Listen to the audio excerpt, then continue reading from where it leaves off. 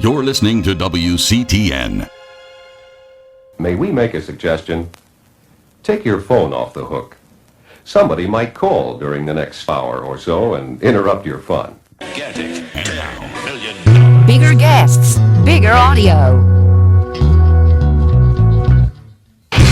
You're listening to the West Coast Truth with Russell Scott, Season 4.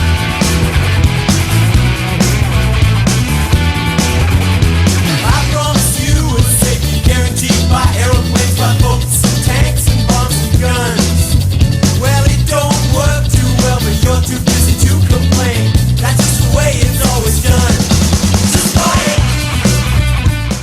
We have before us the opportunity to forge for ourselves and for future generations a new world order. Russell! Somebody gonna get hurt real bad.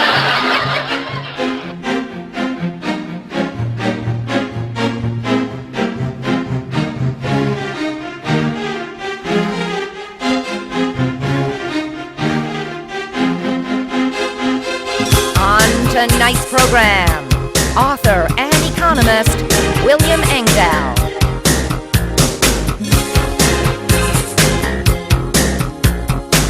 William Engdahl, welcome to the West Coast Truth. Thank you for having me. William, for the audience who doesn't know who you are, tell us about yourself, your background, your education. Who is William Engdahl? Well, where should I begin? I studied economics at the University of Stockholm in graduate school. Before that, I studied politics on a pre-law track at Princeton in New Jersey. That was back a while ago, and at that time I had no idea what I wanted to do with my life. I thought I'd go to law school and start a rather humdrum career.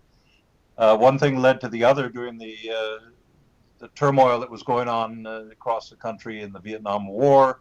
The civil rights movement was literally being decapitated one after the other by assassinations that we now can trace back to the FBI, the Central Intelligence Agency, and so forth, the Kennedy brothers and Martin Luther King among them.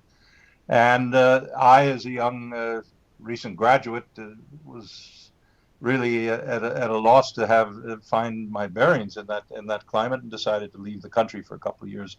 Ended up in graduate study in economics in Sweden at the University of Stockholm for 2 years about.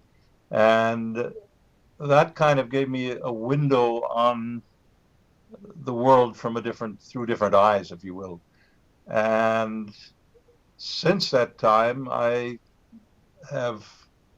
should add that I studied economics in Sweden from a rather macro standpoint, not the traditional academic economics, but kind of an eclectic mix that I put together. And this is why you're a geopoliticist. Yeah, because academic economics, as it's taught today, frankly, is a consumer fraud, in my view.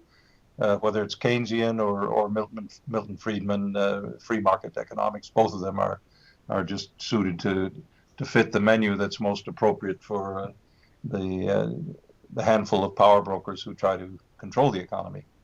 So then I came to Germany back in the 80s.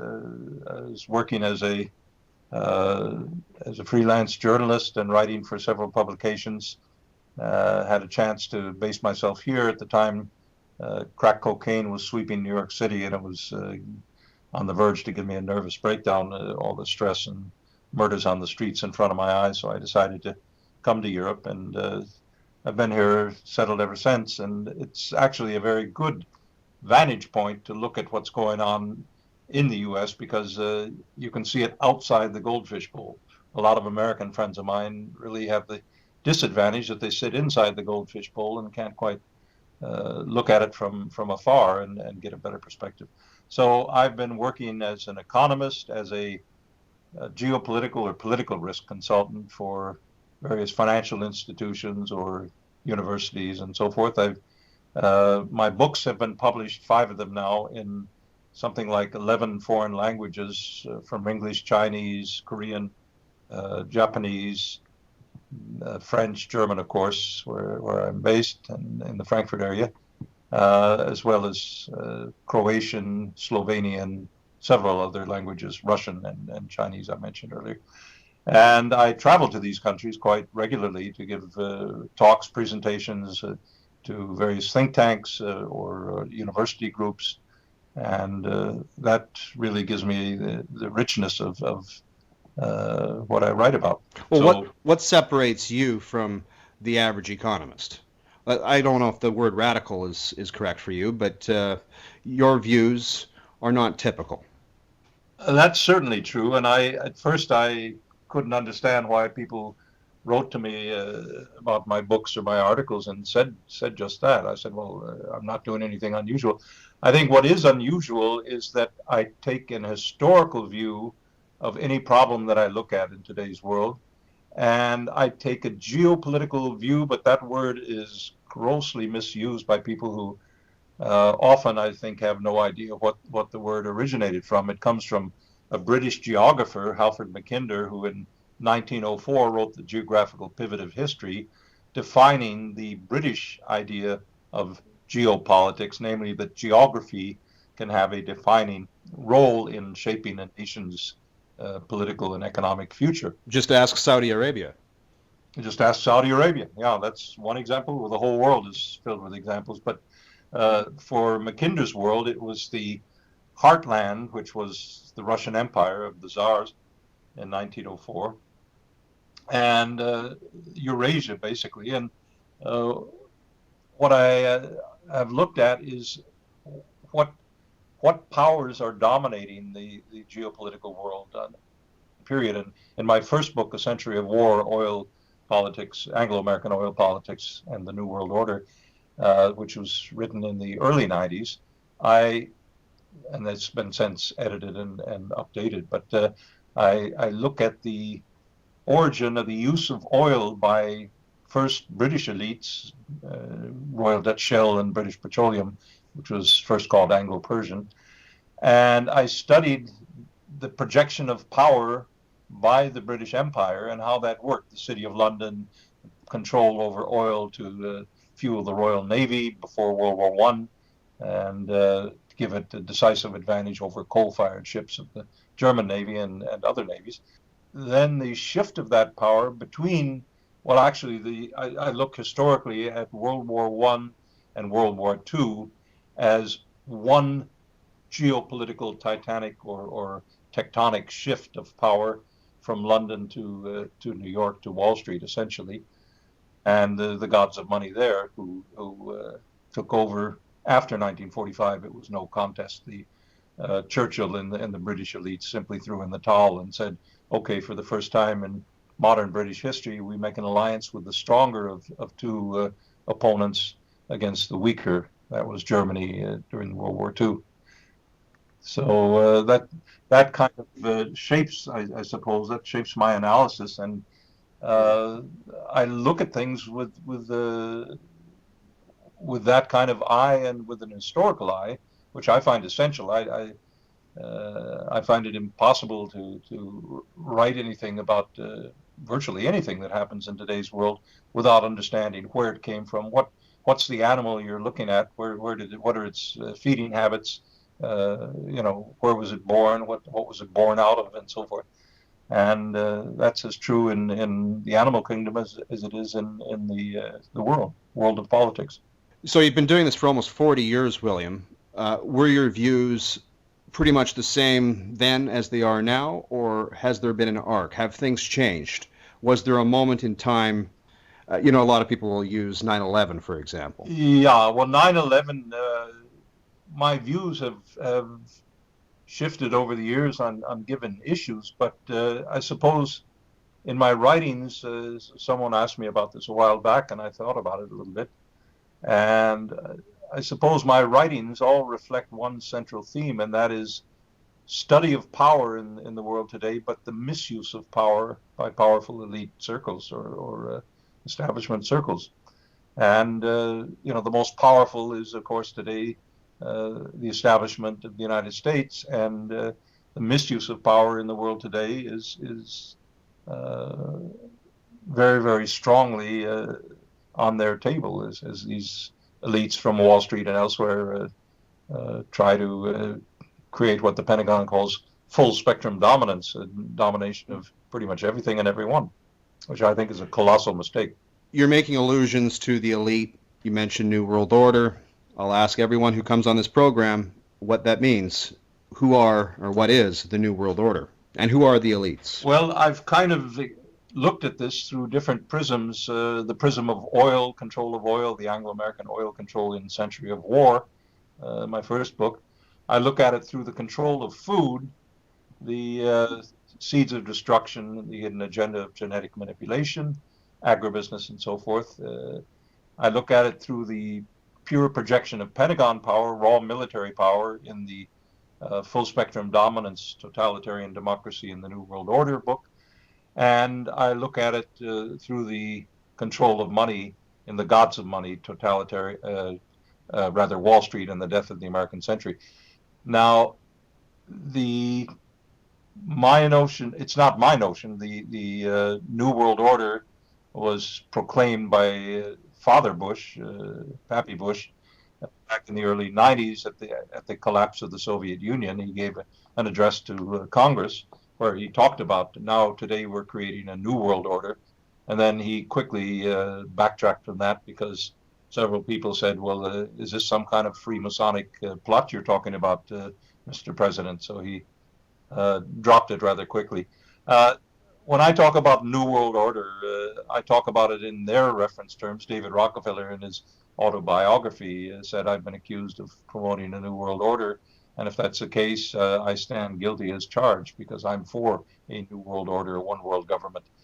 And I think it's the tendency of global corporations, which are predominantly controlled by Anglo-American interests with the heavy emphasis on the American side, and the finance, the dollar is world reserve currency, and the projection of that power literally over the entire Earth, space, outer space, cyberspace, what the Pentagon calls full spectrum dominance, and over the oceans, just literally one powerful faction of different elites around the world who's out to control it all, to take it all. And that to me is pretty clear. They want to create one world religion. They want to create one world government. They want to create one world financial power. As Kissinger was supposed to have said in the 70s, if you control oil, you control nations. If you control food, you control the people. If you control money, you control the entire world. And I think that's pretty succinct expression of what this agenda is of these people, such as David Rockefeller or Warren Buffett or the Good Club, George Soros and the like, Bill Gates, of course. Total consolidation, total monopoly. Yeah, and I think that's, I for one think that's a rather unhealthy state for the world to be in, and also for citizens of America to be in. Mm-hmm. So who are the elite? You've said Kissinger. I'm not one who talks about things like the Illuminati or this, that, and the other. I think you have to take the footprint that they put into the world on their policies and look at that and who stands behind it. On the visible level, there are people with names like David Rockefeller. His brothers are all dead. One wonders why sometimes, but conveniently David is the survivor and he's in his early 90s by now, but he still seems to be the chairman of the board on the U.S. side.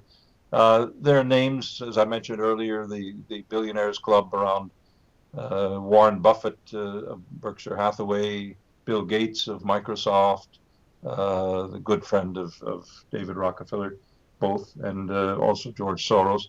And they even formed a club called the Good Club back 3 or 4 years ago. I always say it's a club that's good for nothing, but The Good Old Boys Club was taken, eh? yeah, I suppose the domain name was already taken. But what they talked about, according to press reports in New York City at the time, they met in the office of the president of the Rockefeller University, a eugenicist himself, and they talked about how to reduce global population. People like Ted Turner think that we ought to have a world with about 225 million people at most so that he can have room for his safaris and game preserves and nature preserves or what will you. But that kind of is the level that I think most people can grasp what we're up against. And they control the pharmaceutical industry, the medical industry, trillion-dollar business. They control the energy industry. They control the alternative industry, BP with biofuels, one of the most criminal enterprises we have going today if there weren't so many competitors. They control the military industry complex that Eisenhower warned about when he was leaving the White House. And they control, of course, Wall Street, the gods of money. They control the media. So they think that they're virtually unchallengeable. I think whom the gods would destroy, they first make mad. And I think this particular crew of people is a little bit on the daft side. A flip on the question. Who aren't the elites? I think we're persuaded by the media to believe that certain people are important, but they're not necessarily that important. Okay, well, I would say who aren't the elites are the flute players in the orchestra, if you want to call it that. People like Bill Clinton, people like Barack Obama. The Bush family is kind of in an outer ring of these elites. They've kind of clawed their way upwards by hanging on to the Rockefeller orbit since World War I. So they're kind of fairly much up there in terms of this policy establishment. But Obamas and politicians like that are simply throwaways. Ronald Reagan was a classic example, a Hollywood B-grade movie actor who they put in, and George Bush wrote his scripts largely while he was president for 2 terms, and then played the part of the president for 8 years. Yeah. Yeah. So you would say that high-ranking politicians really aren't that important, or they're not at the level of. No, they don't determine policy. They just they're put in there to make a convincing argument for the policies. That follow the money. Look at who bought the presidency for Barack Obama. Whoa! So you're telling me that Barack Obama doesn't run the United States? Oh, I'm 100% certain he doesn't run the United States. He's too busy on vacation or playing golf. Eisenhower was no match for Obama on that score. No, he's it's a joke to think he's making policy. Let's take a break, William. We'll be back in 2 minutes with today's guest, William Engdahl.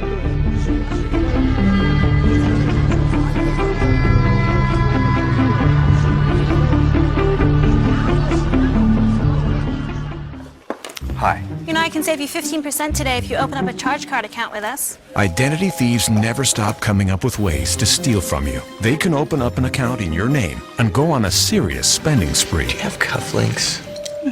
Gold ones? Not on our watch. We're LifeLock. Go to lifelock.com and learn how our patented billion-point database can help protect you. Call 1-800-LifeLock today. LifeLock. Relentlessly protecting your identity. Experience instant relief with the UN method.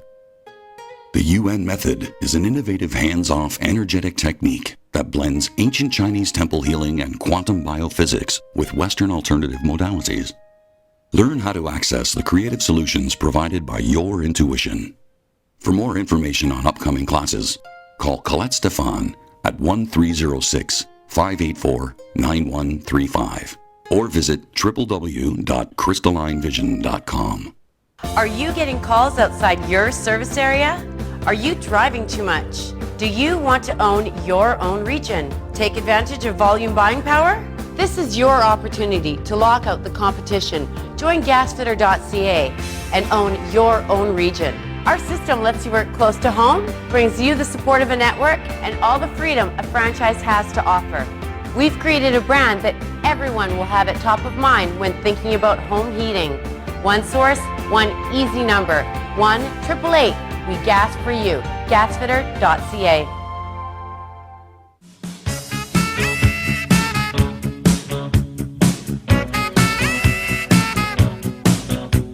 We're back with William Engdahl. Let's talk economics. Obviously, that's your strong point.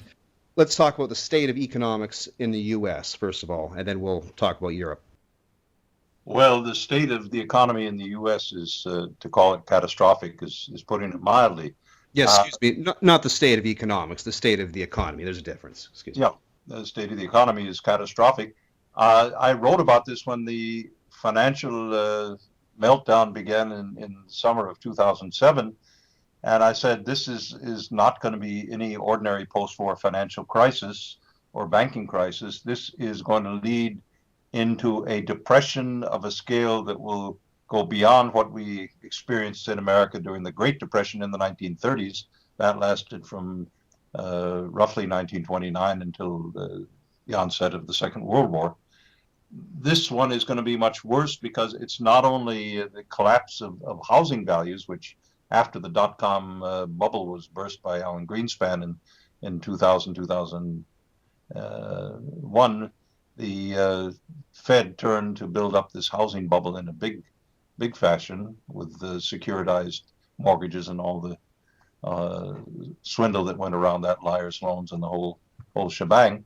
But when people stake everything on the value of their house for their future retirement, and then that bubble bursts, as it predictably would have burst, and I wrote about it several years before it burst and said this is nothing but a classical South Sea bubble or tulip bubble that is getting ready to pop here any day. This time it's different because we've outsourced manufacturing with few exceptions in the United States today. We've outsourced most of the manufacturing, the industrial base of America, to countries like China or parts of the cheaper labor parts of Eastern Europe or Latin America, and so that we no longer have that industrial base domestically to come out of this crisis. We have, unlike the Great Depression in the 30s when Roosevelt held sway, we don't have a government that's virtually debt-free. FDR had a government that was virtually debt-free because the Republican business ideology of Hoover, Coolidge, and the rest of the lot was that government debt is a burden, so we don't have it. Well, that meant that FDR could put the country into debt almost unbounded to finance the greatest war in the history of mankind and pick up the pieces of the world after 1945, where Harry Truman did that for him. But this time we have a debt to GDP ratio more than 100% by true measures. We have a genuine unemployment of people wanting to work, of working age, but not able to get productive, gainful employment of over 22%, according to a good friend of mine, John Williams, who does shadow government statistics and has been doing so for more than 27 years, tracking the actual baseline, quote-unquote, corrections to the data series that the Bureau of Labor Statistics seems to make now with increasing frequency under President Obama. But every president since LBJ has jiggered and manipulated, politically manipulated the government economic data to suit them. So the real situation, as most Americans sense from their day-to-day existence, is Great Depression levels of unemployment. It's getting worse, not better. There is nothing on the horizon that the Obama so-called recovery plan is offering other than make-work jobs in so-called alternative energy projects that are a bit like what Keynes described as paying one group of unemployed to dig holes in the ground and another group to come in and fill up the holes and call that productive labor.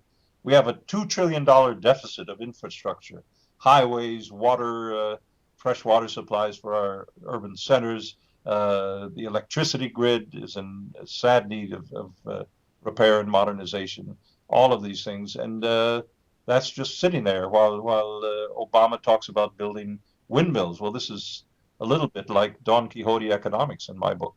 So when will the United States recover? I mean, it's the greatest nation on earth. Well, it certainly was when I was growing up back in the 50s and the 60s.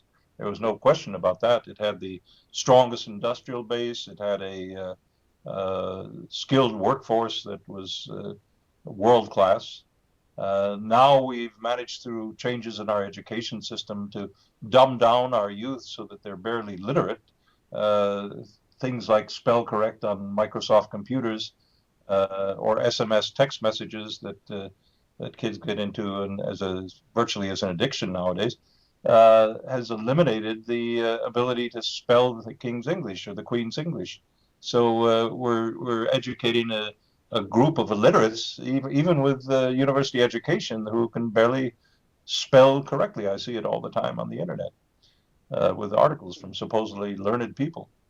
So how are we going to come out of this? I frankly, unless the 6 greatest offender banks are nationalized and we do something like what the government in Iceland did, they started putting these corrupt bankers into prison, not giving them rewards like President Bush and President Obama have seen fit to do.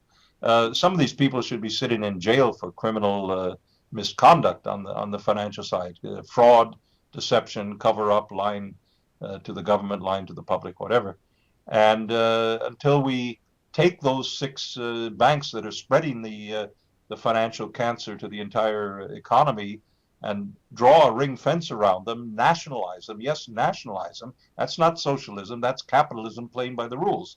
And put ring fence around them, put them under state control as they did in Sweden in 1992 when they had a real estate-linked banking crisis there that was about to bring the country to its knees.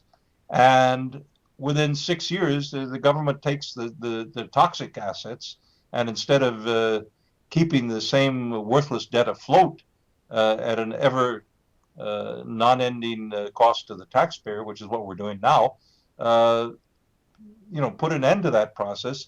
Let the thousands of healthy, small, seriously run banks that are trying to do a decent business, let them continue the banking business. And only then, I think, would we have a chance of within a few years of coming out of this in some kind of healthy way and rebuild the industrial base that made America great in the first place. But that I don't see on the horizon. I can venture that a President Romney wouldn't go near that with a 10-foot pole. He's a captive of Wall Street and the gods of money.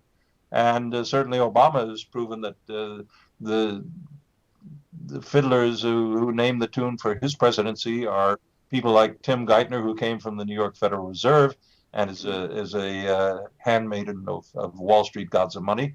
All of the key financial appointments were vetted and decided for Obama in the transition team process by either Goldman Sachs or by Rubin at Citigroup at that time. So that's got to go if we're going to have any change. Well, I spoke with John Cruz, and he used to be the vice president of the HSBC in Long Island. He witnessed incredible degrees of corruption in the hundreds of millions of dollars in money laundering. He said, listen, if a bank is too big to fail, it's too big to be in business. Instead of nationalizing these banks, cannot these banks just be fractionalized? No, you've got to root out the cancer, not with chemotherapy. That kills people and kills all sorts of things. But no, you've got, I think, to simply, these banks are too big to save. They've got to be nationalized and then downsized. But if you don't have the national control, the downsizing won't take place in a rightful way. You can't just create it. That was the mistake of the trust busting of the Standard Oil cartel in 1913, the Rockefeller oil interests, which had a virtual monopoly on oil production, refining, distribution in the United States. And it was allowed to be broken up itself into smaller companies, and the smaller companies are controlled behind the scenes through the stockholding interest. So that itself wouldn't work. You've got to repeal Glass-Steagall. You've got to repeal the repeal of Glass-Steagall. Reinstate. It's a little complicated sometimes here. So we've spoken about the American economy. Perhaps even the much bigger issue is what's happening in Europe. I mean, it seems to be total chaos out there with Greece and Portugal and everything that's happened. So yeah.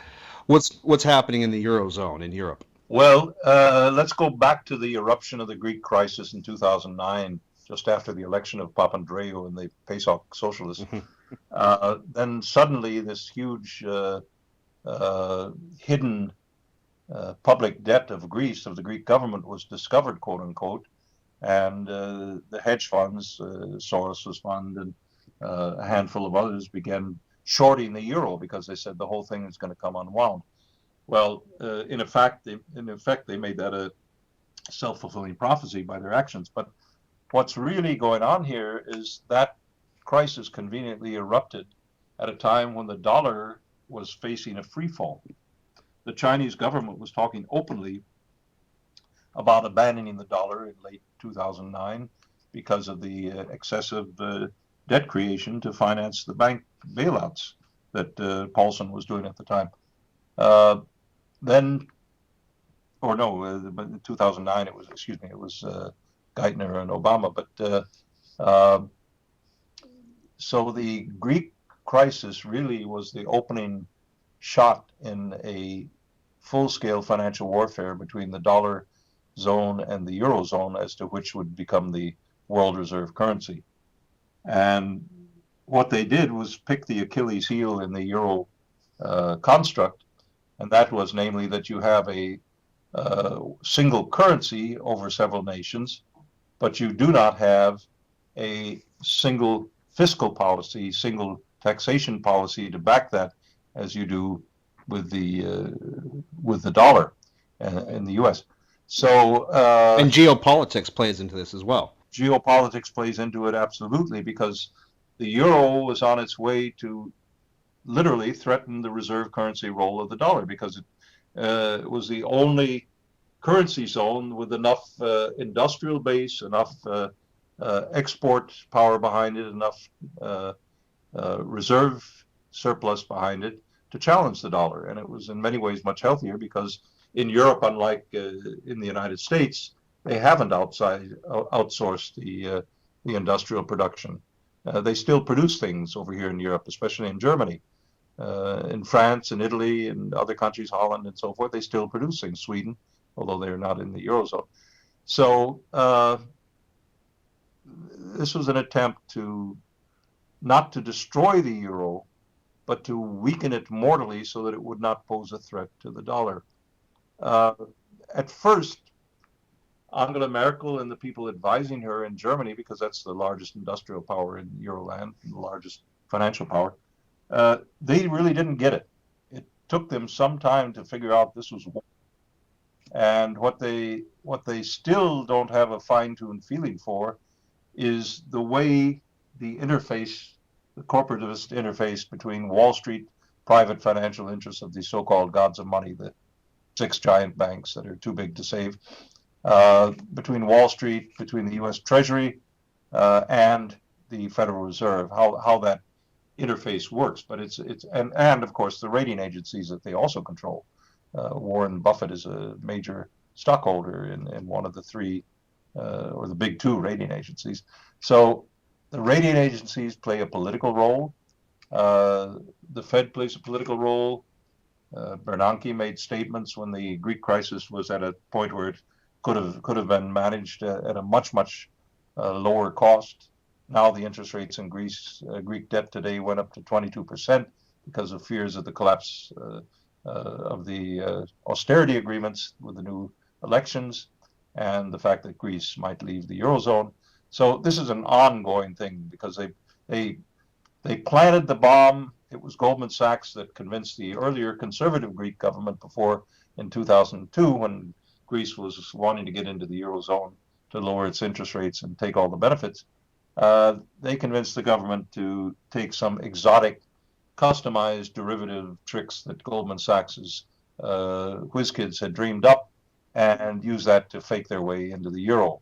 So Goldman Sachs knew where the bones were buried.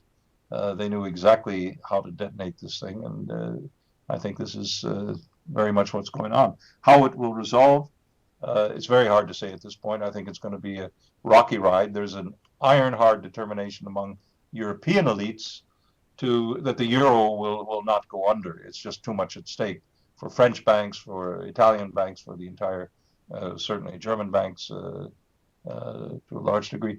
So, and U.S. banks are up to their ears in derivative exposures to Eurozone banking institutions and financial debt. So on that level, there's a consensus it not be allowed to be a complete meltdown, but I think we're far from out of the woods on this whole crisis.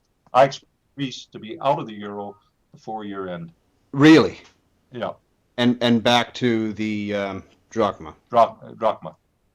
People like their national sovereignty. They dislike Brussels, which is a faceless bureaucracy of unelected unaccountables that are tax-free. All the civil servants in Brussels are tax-free and supranational citizens. They're not accountable to any nation, any political process. So most Europeans don't want to have more of that kind of big brother. So it's a very difficult thing. It really was an Achilles heel that was opportunistically struck in 2009 by Wall Street and the U.S. interest. If the impetus is to save the euro, the only way to keep it is to have one political structure. The impetus of the power elites in Europe is to save the euro, especially in Germany, because they've been a huge benefactor of the single currency. They export all the German products. 67% of their export economy goes into the Eurozone countries. So, and they're doing very fine with that. Okay, William, let's take another break. We'll be back in 2 minutes with William Engdahl. Reaching for his saddlebag, he takes a rusty sword into his hand. Then striking up a nightly pose, he shouts across the ocean to the shore. Tired of being told no? Tired of being told no smoking? Who wouldn't like a little freedom today? Want to smoke anywhere? I mean, anywhere? Then get SmokeBot. No smoke, no smell, no unpleasant aftertaste. SmokeBot equals freedom. The original SmokeBot allows you the most realistic experience, but is a much healthier alternative to smoking tobacco, and at about half the cost. SmokeBot lets you smoke on the go, because the premium kit comes with an on-the-go charger pack, or charge your SmokeBot in the car. You can even charge with your computer. Very convenient. SmokeBot smokes are equal to about a pack of cigarettes at a fraction of the cost. Ask for SmokeBot at your local retailer or order online at www.thesmokebot.com. A lot more freedom. If you do smoke, SmokeBot. SmokeBot does not sell to anyone under 18. You should not smoke if you are nursing or pregnant. You should check with your doctor to see if a nicotine alternative is right for you. Van City Medicinals. South Hill's only late-night medical marijuana dispensary and smoking lounge. Call 778-877-1454. Van City Medicinals. Cure your pain in the comforts of a private club. That's 778-877-1454. Hey, this is Scott. And this is Sean. And together, we are Upside Downtrodden. Now a part of the West Coast Truth Network. The world's alternative news leader. Believe it. Are we trying too hard? I don't think so. I love our show. You know, I do too. Do you think other people will love it? Did you tell them what it's about? Should I do that now? Are we speaking in question? Everybody knows we live in a world of make-believe, institutionalized by man-made systems of control, such as religion, corporations, government, religion, the media, religion. Did I say religion? You did. Well, good, because that's one of the man-made systems of control which seeks to disparage, undermine, and enslave society. Yikes! Right? But have no fear, or have less fear, because we're here to help set you free. That's right. Give us a listen if you like what you hear. We're Upside Downtrodden. And if you don't like what you hear, we're the Savage Nation. Upside Downtrodden. Turning power inside out never sounded so good.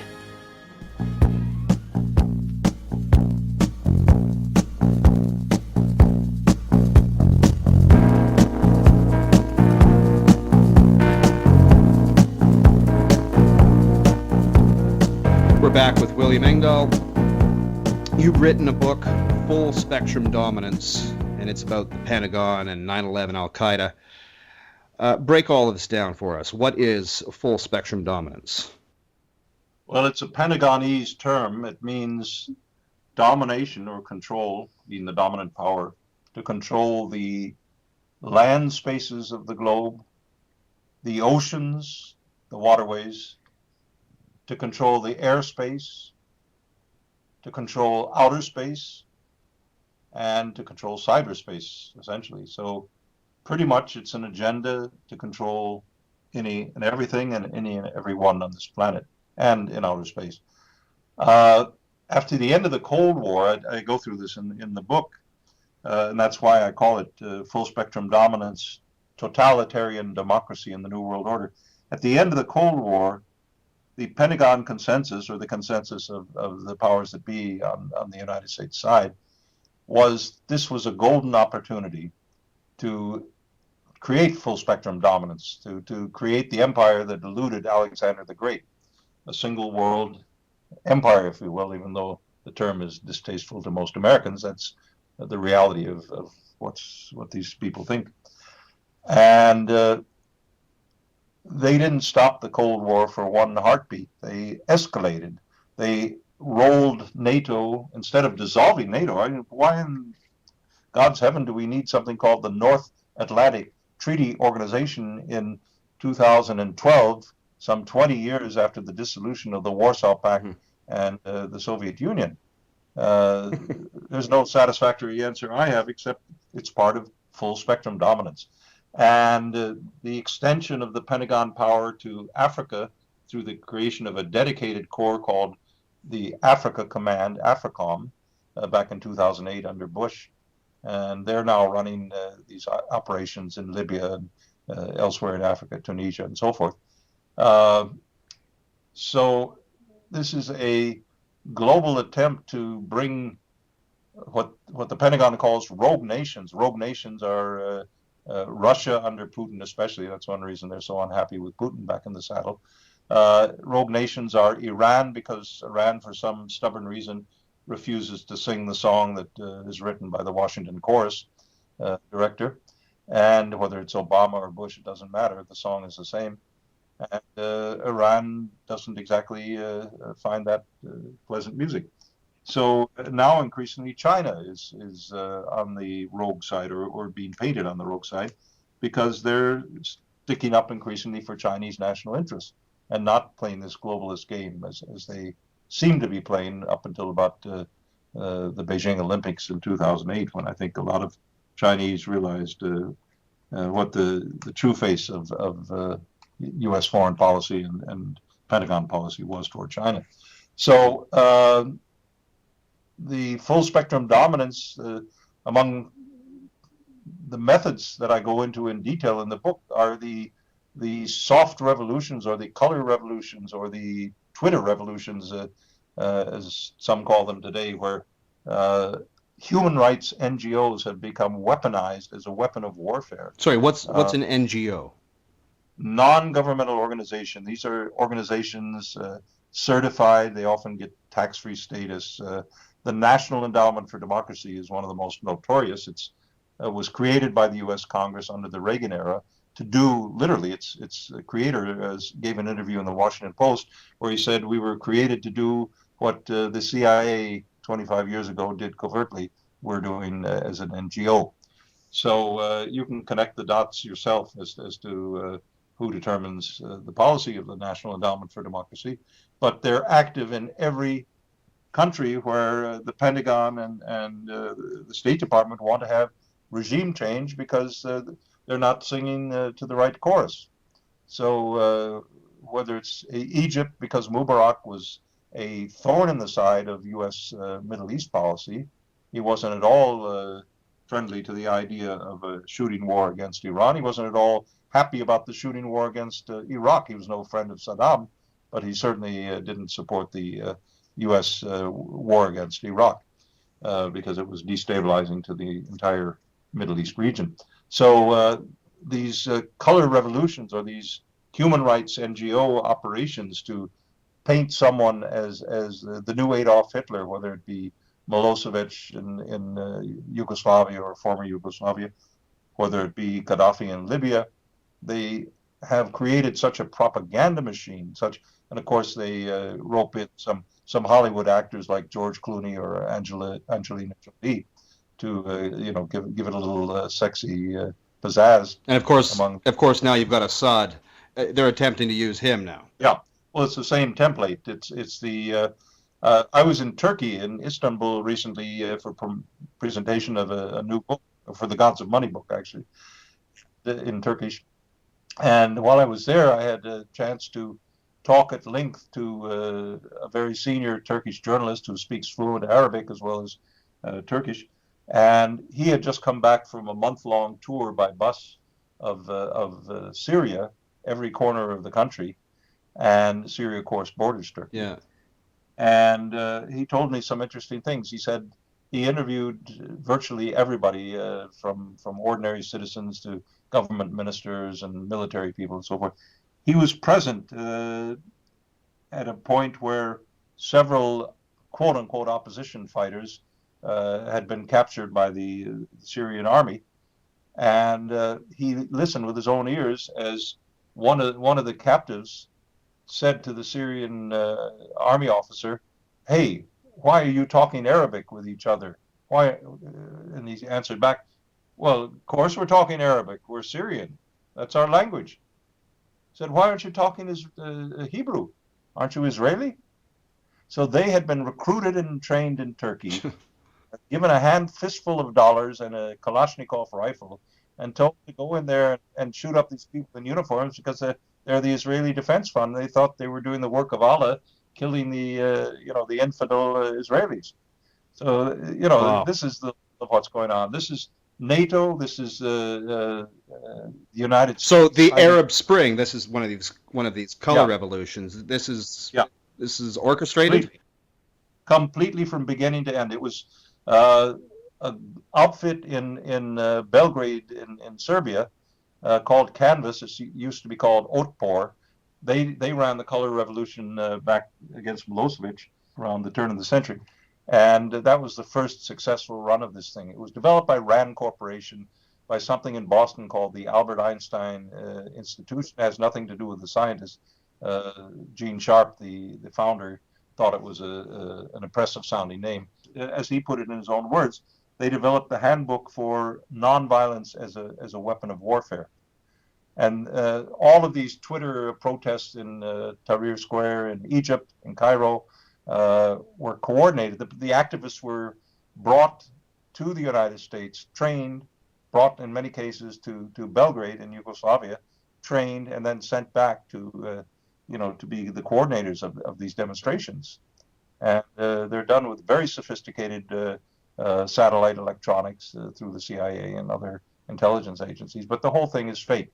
There were a lot of well-meaning kids that got sucked up into this because they hoped for an end to dictatorship, but they certainly didn't get it. Now you've got the Muslim Brotherhood, hardly a democratic organization, controlling the politics of Egypt, of Tunisia, and the opposition is being taken over in Syria, the so-called opposition, by the same Muslim Brotherhood.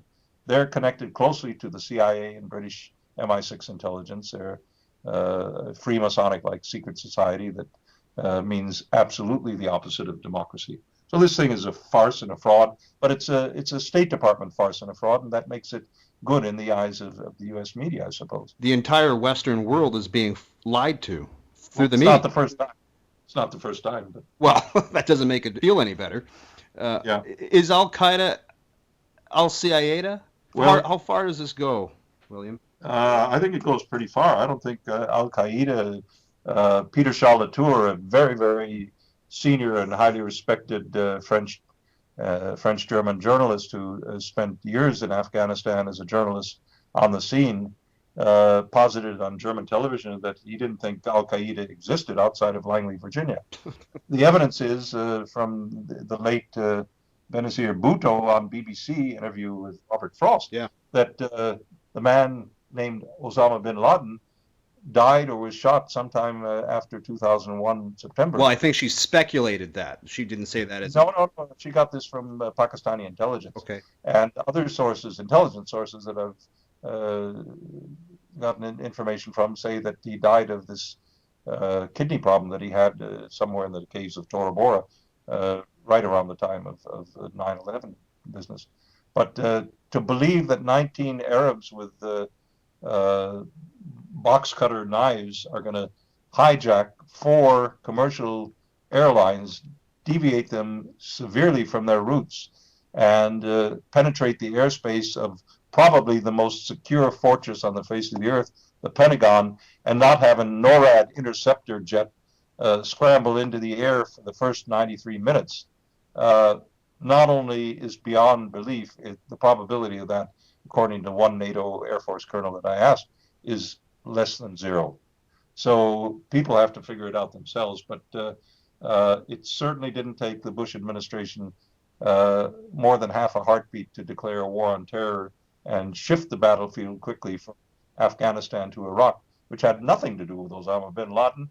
Saddam Hussein hated it was a Sunni fanatical Wahhabite religious movement that he wanted nothing of in Iraq. If this is all coming out of the Pentagon, does that mean that the United States is seeking full spectrum dominance, or is the Pentagon being used by the elites? Is the U.S. taking over the world, or is someone else, something else? I think something else is doing it in the name of the U.S. But they have to have a platform, and the platform happens to be called the United States of America.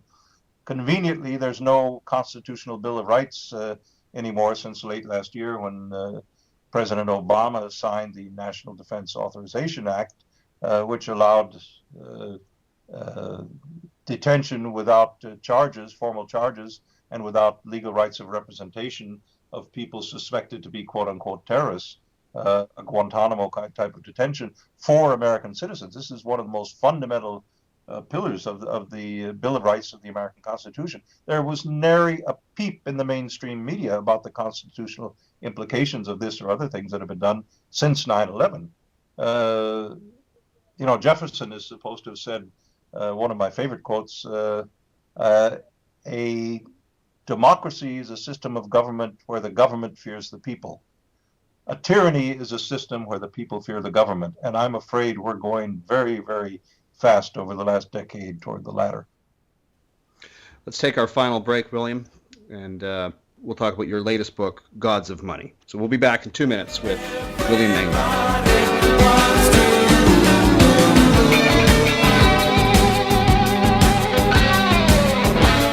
On the next episode of The West Coast Truth with Russell Scott. Pepper spray, tear gas, smoke bombs, concussion grenades, beatings with batons, charging crowds, mass arrests. I mean, rarely a day passes where you don't hear about between 50 and 150 people being arrested.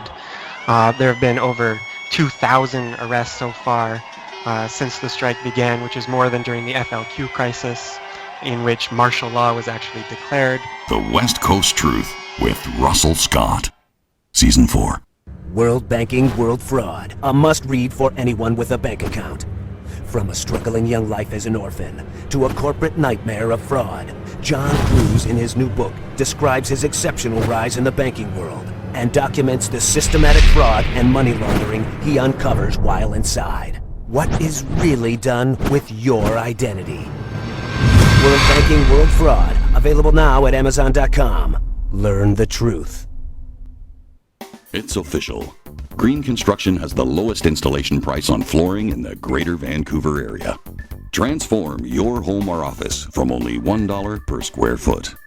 At Green Construction, we guarantee our workmanship for life, and you don't pay a dime until the job is complete.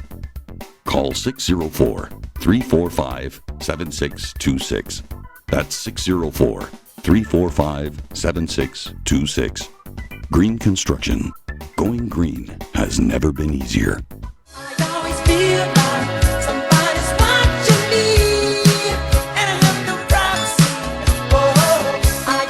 We're back with William Engdahl for this final segment.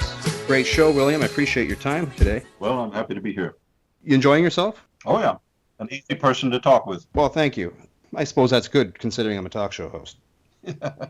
Now, you've written this book, Gods of Money. This is your newest one. And you've mentioned the term, gods of money, many times. So who are the gods of money? Is this simply just the elite that we've been discussing this whole show? The elite that we've been discussing during the show controls the Wall Street banks that view themselves as the gods of money. Lloyd Blankfein, the head of Goldman Sachs, which is now a Wall Street bank since the crisis erupted, thanks to Henry Paulson, the former head of Goldman Sachs, who was Treasury Secretary and allowed that to happen collusion of the Federal Reserve. The gods of money, these are the heads of perhaps 6 banks in the United States. We're talking about Goldman Sachs, we're talking about Citigroup, we're talking about JP Morgan Chase, the traditional Rockefeller family bank.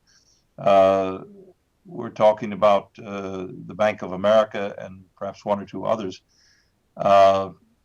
And those 6 banks dominate something like 93% of all trade in financial derivatives, credit default swaps, all the things that have made this financial crisis such a dicey, horrendous nightmare.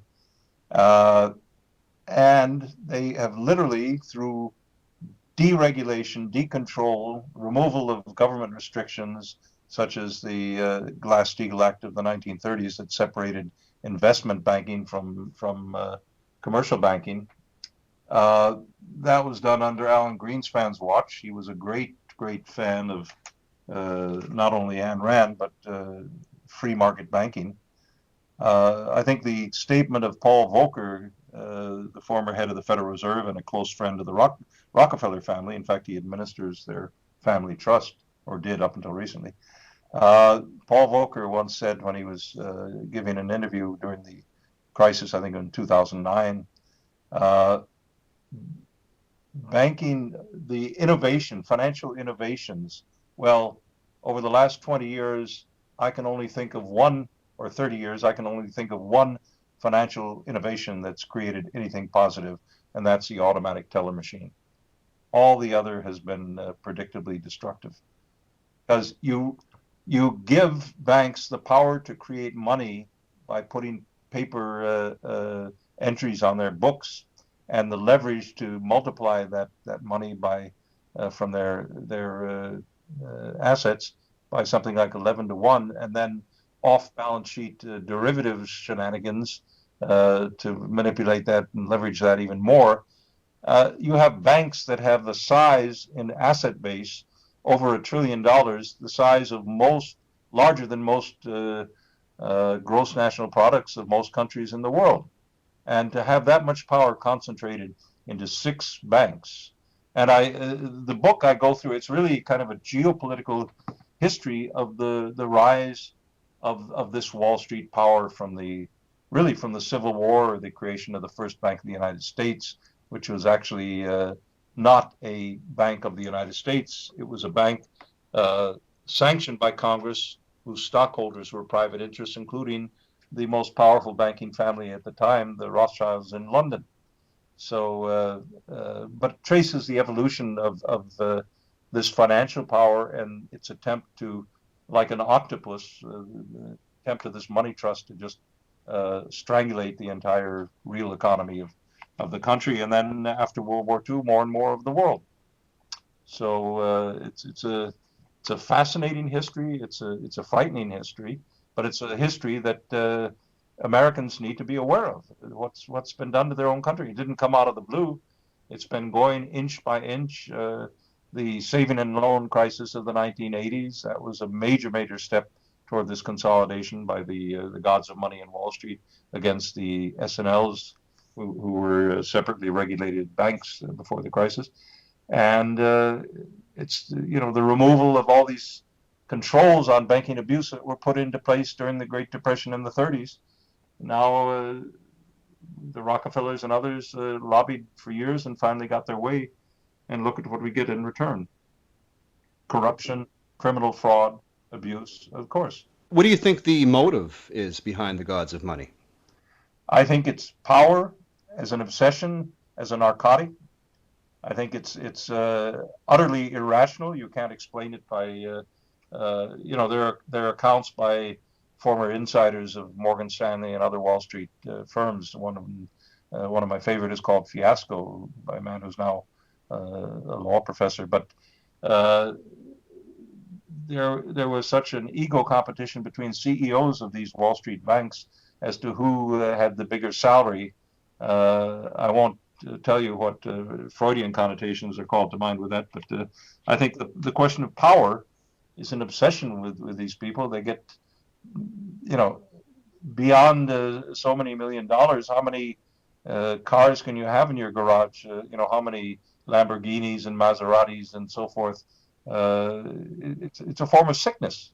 It's a form of sickness which, like obesity, it's financial obesity, and as long as you don't use the powers of the state to put some borders on this, it goes out of control to the state that we have now, where they're literally looting and destroying what is left of the real economy in the United States and much of the world with it.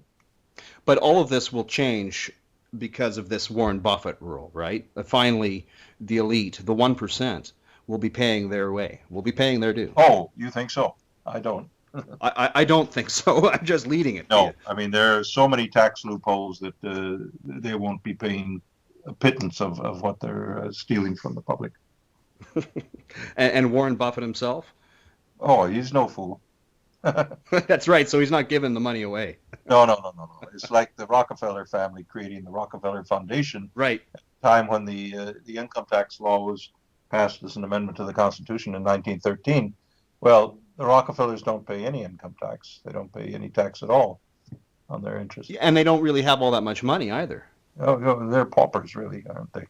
Yeah, exactly. They just run this charitable foundation that changes our life ways that are not so friendly. I don't know if you can do this within 5 minutes, but what is money? Well, because I think we take it for granted. We certainly do.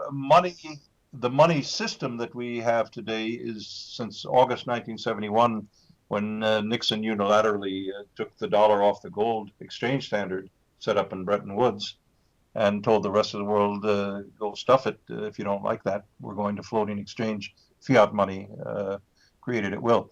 Well, at that point, the dollar was backed no longer by gold, but after 1973 and the 400% manipulation of the price of oil, something that I go through in great detail, I think exclusively in my book, Century of War, Anglo-American Oil Politics.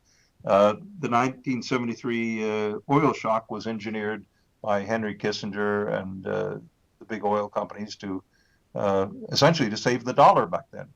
And it did a pretty good job of that, even though it created a huge recession, the worst post-war recession in the U.S. and in Europe. But that was of no concern to the Wall Street banks. They were just raking in the petrodollars.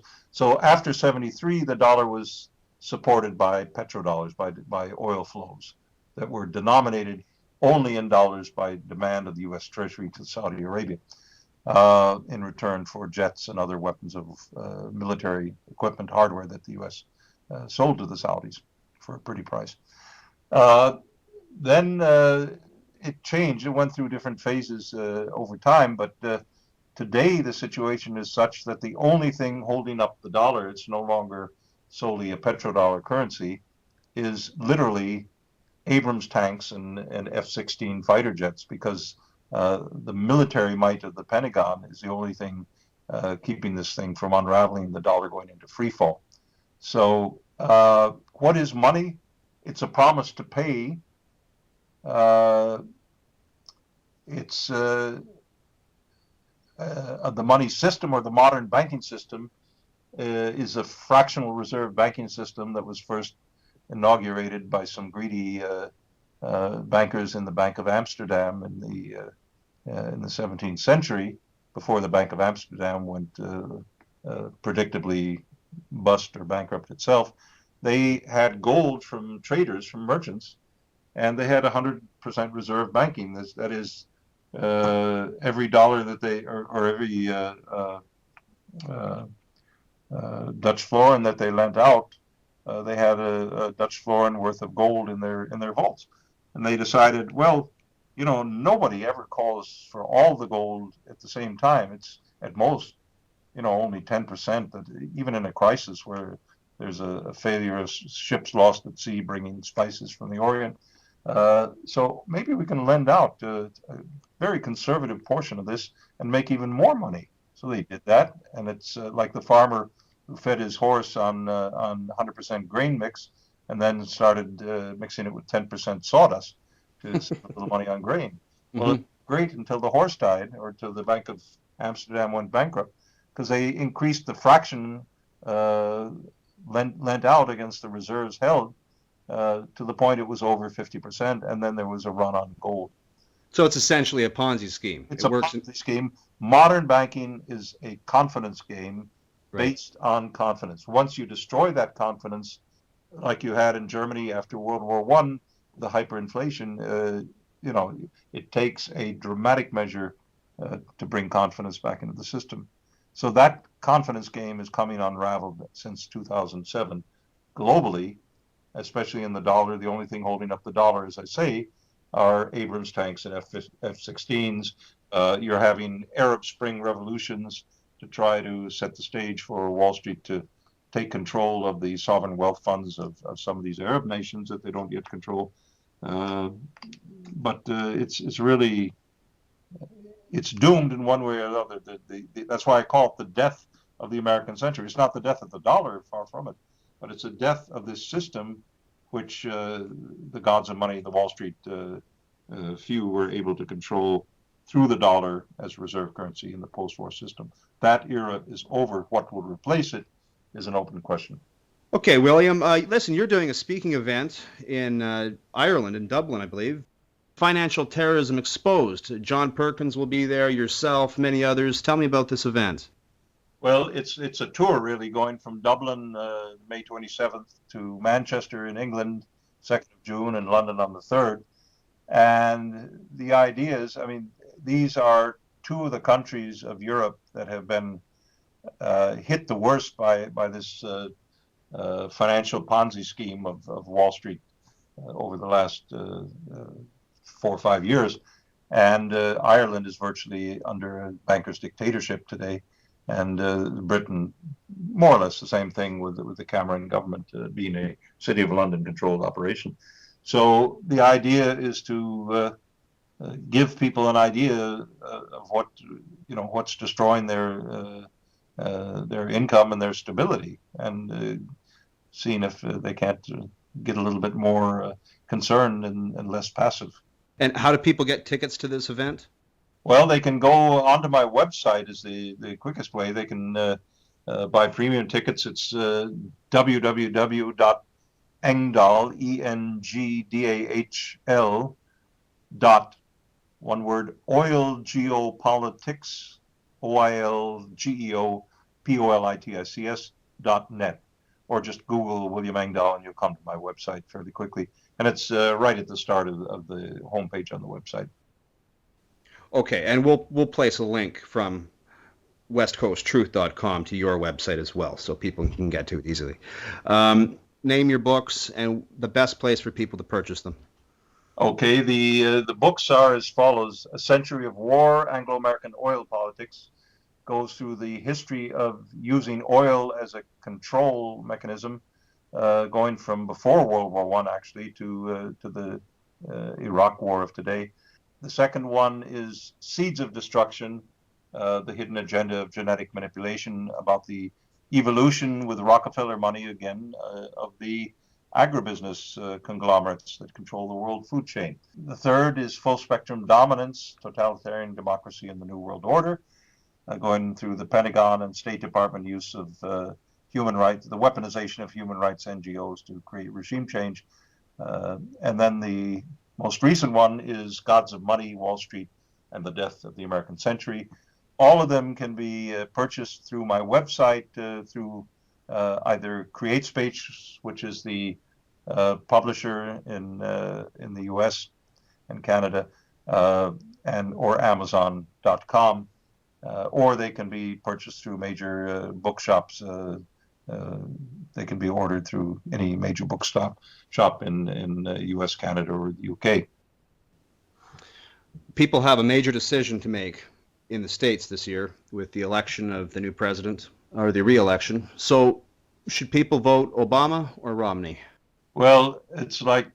from the perspective of an economist, someone who knows what they're talking about. 6 of one and a half dozen of the other. They're both financed by the same special interest group. So it makes not a bit of difference which they vote for. It's Judge Napolitano said it in his farewell program on Fox News a few months ago.